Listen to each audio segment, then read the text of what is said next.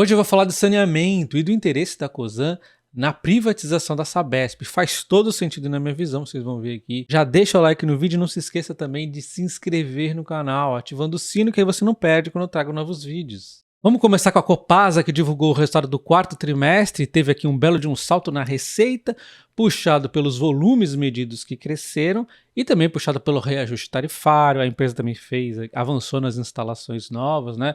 Podemos ver que ela conseguiu 0,9 mais de instalações na água, 2,3 aqui no esgoto. Aí ela conseguiu ótimos volumes aqui aumentando, né, na entrega, e junto com o resultado financeiro que também acabou ajudando, ela teve um lucro aqui bem bacana no ano, onde aumentou o lucro de 32,4%, chegando a 355 milhões aqui nesse trimestre.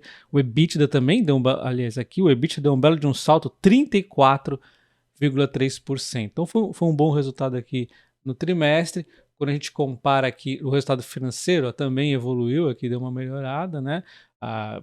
Vemos aqui ao longo do ano, inclusive, nós tivemos um grande avanço aqui no resultado financeiro da empresa, inclusive por algumas questões aí técnicas, tá? Então a gente vê o lucro da empresa, inclusive, subindo 63,6% aqui no último ano, né, saindo de 2,22 por ação para 3,64, e é por isso, né, que as cotações acabaram subindo, porque cotação segue lucro, os dividendos também acabam seguindo lucro, né, então a empresa tem essa performance boa no último ano por conta disso.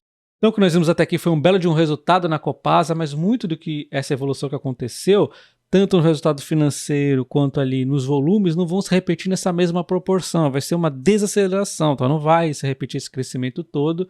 Em termos aqui de alerta, eu diria para a gente ficar atento aos custos da empresa. Ela cresceu aqui nos serviços de terceiro, não tenho o que contestar, porque isso aqui é devido ao crescimento que ela vem passando também, ela vem avançando aí, tudo mais, investimentos, né, 14,9, tudo bem. Porém, olha só, o pessoal aumentou demais, aumentou 10,6%, aqui está o meu ponto de atenção. Em termos de quanto custa, olha só, aqui está os milhões, 436 e 181 serviço terceiro, aqui está o lucro da empresa, só para a gente ter uma comparatibilidade, 712 o EBITDA, só para vocês verem a magnitude mais ou menos, tá? Então, em termos de custos no trimestre a trimestre, 4T contra 4T, aumentou então 12,5%, é bastante coisa. Então esse aumento aqui nas serviços de terceiro, tudo bem, é justificado por conta de serviços de manutenção de sistemas que foram impulsionados aqui por novos contratos de manutenção, de água, esgoto e tudo mais. Foi crescimento a maioria das coisas aqui, né? Então não tem muito o que dizer. Em termos de custos do pessoal, é que eu fico um pouco aqui com o pé atrás, tá? Nós tivemos aqui um aumento de 10,6%, né, sendo que nós tivemos aqui 13º, tudo bem, benefício, tudo mais, incrementos com gastos de programas de alimentação, tivemos participação do lucro, que aliás representa 6% do lucro da empresa, aqui só de participação do lucro, efeitos de remuneração variável, né? Então temos também aumento de gastos com programa de saúde, uma série de coisas aqui.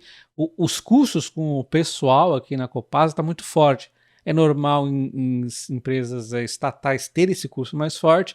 Eu acho que a Copasa tem que melhorar bastante aqui, inclusive, tá? Mas tem os pontos positivos aqui, como a redução de 6,3%, devido aqui ao número de empregados que diminuiu diante aí o PDVI, que devia fazer mais forte aqui. A Copasa tem bastante custo para enxugar, tá?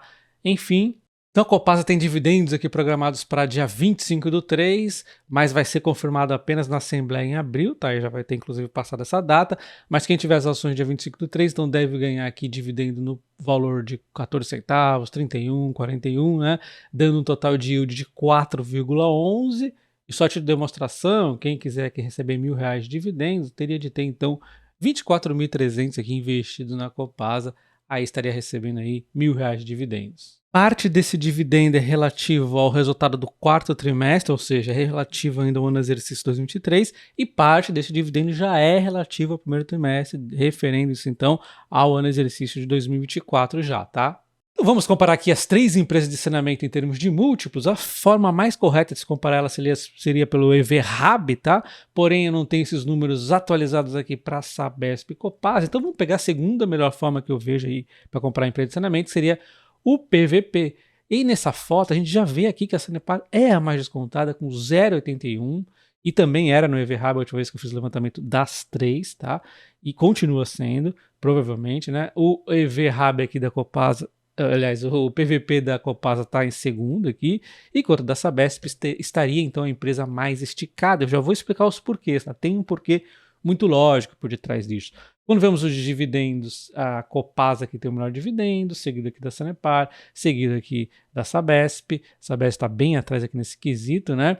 E aí quando a gente olha então as margens da Sabesp, da Sanepar, aliás, são as melhores margens. É a empresa que tem se mostrado mais rentável. Isso aqui é bom a gente ver um histórico, né? Não estamos vendo apenas o último ano, mas se pegar para trás é a mesma coisa. A margem da Sanepar é melhor. E quando aquela margem caiu, que alguns se assustaram, eu falei, essa margem vai se recuperar, calma, é a questão dos custos ali que já vai contornar em breve nos próximos trimestres. Foi o que aconteceu. As margens da Sanepar é consistentemente melhor que as das duas empresas, tá? Temos aqui a dívida, não está tão diferente, né? Vamos falar aqui que está próximo. E aí a gente compara então o ROIs. Vamos comparar o ROIs, que aí já tem a questão da dívida aqui meio que embutida, né? O ROIs é o retorno sobre o capital investido, e aí nós temos então um ROIs um pouquinho melhor da Sanepar, seguido aqui da Copasa, seguido da Sabesp aqui. Então, quando você olha esses múltiplos, você fala, caramba, a Sabesp são os piores múltiplos daqui. Por que será? Só porque ela é maior, com maior capacidade de crescimento? Será que faz sentido? E aí você tem que parar para pensar na regulatória que ela tem agora e também, obviamente, no que eu acabei de comentar, que é a capacidade de crescimento da Sabesp, tá? Ela tá, além dela estar crescendo legal, investindo bastante, ela tem mais espaço aqui numa área muito grande, os números da Sabesp são maiores, aqui é uma empresa maior, né? E ela tem um regulatório ali que vai ajudar ela, tá?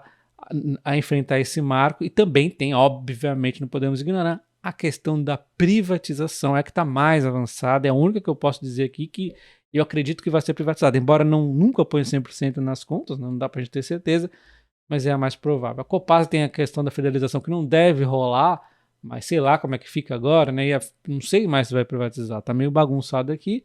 Essa Sanepar, pelo que tudo indica, também neste momento não, né? Então, com certeza aqui, disparado a maior probabilidade de privatização, mais próxima aqui inclusive, é a Sabesp, tá?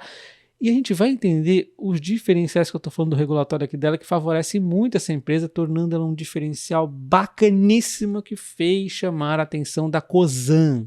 E aliás, falando em marco do saneamento, a Copasa e a Sanepar tem até metas aqui mais ou menos próximas aqui de ser atingidas, né, em termos de comparatibilidade.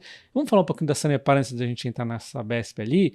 Ela está utilizando aqui um modelo de PPPs, né, que eu achei que foi bacana, que as partes mais difíceis ali dela atingir o marco, a parte do esgoto que ela tem que avançar, né, tem algumas regiões mais complicadas, ela está fazendo PPPs, que é a parceria público-privada, onde ela divide ali, né, o trabalho, vamos assim dizer, com uma terceirizada, ela meio que terceiriza o serviço, ela fica mais com a parte de gestão, né, então isso aqui, obviamente, diminui um pouco os potenciais ganhos de crescimento da empresa, mas diminui bastante os riscos também, né? Tanto o pessoal tinha medo de que a Sanepar não fosse conseguir levar esse marco de forma adequada, aqui por causa da dívida, por causa de não sei o quê, e aí tá, isso aqui para dar uma tranquilizada bem aí para todo mundo, né?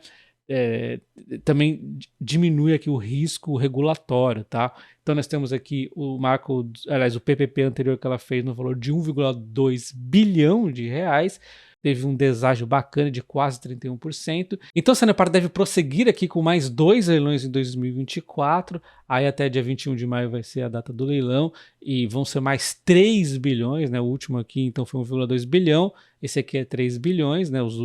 Esses dois juntos.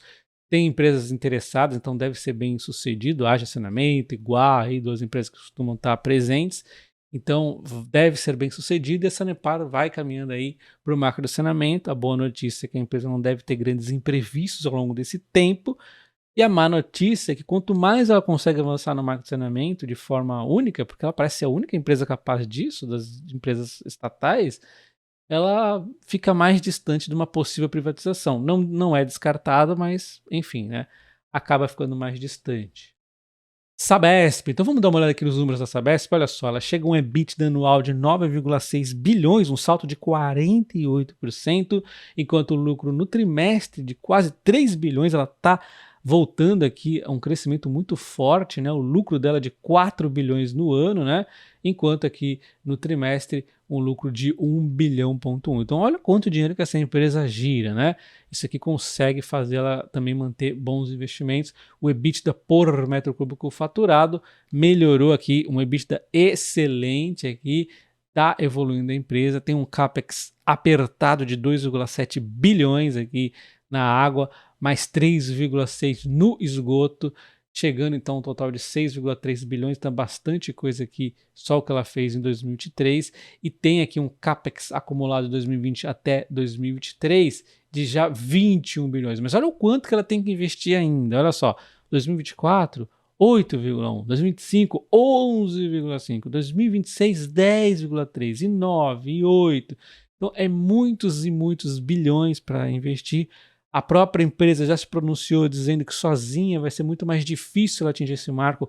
Com a privatização, o marco vai chegar muito mais rápido, muito mais garantido, muito mais seguro. Pessoas passando sede, pessoas com necessidade aqui de esgoto e tudo mais, vão ser atendidas mais rápido com essa privatização. É melhor para a empresa, é melhor para os acionistas, é melhor para o Brasil, é melhor para os pobres, é melhor para todo mundo. Então aqui está o avanço da desestatização da Sabesp. Inclusive já temos aqui notícias aqui avançando, né, o relatório que analisa a privatização da Sabesp é aprovado por comissão na Câmara de São Paulo.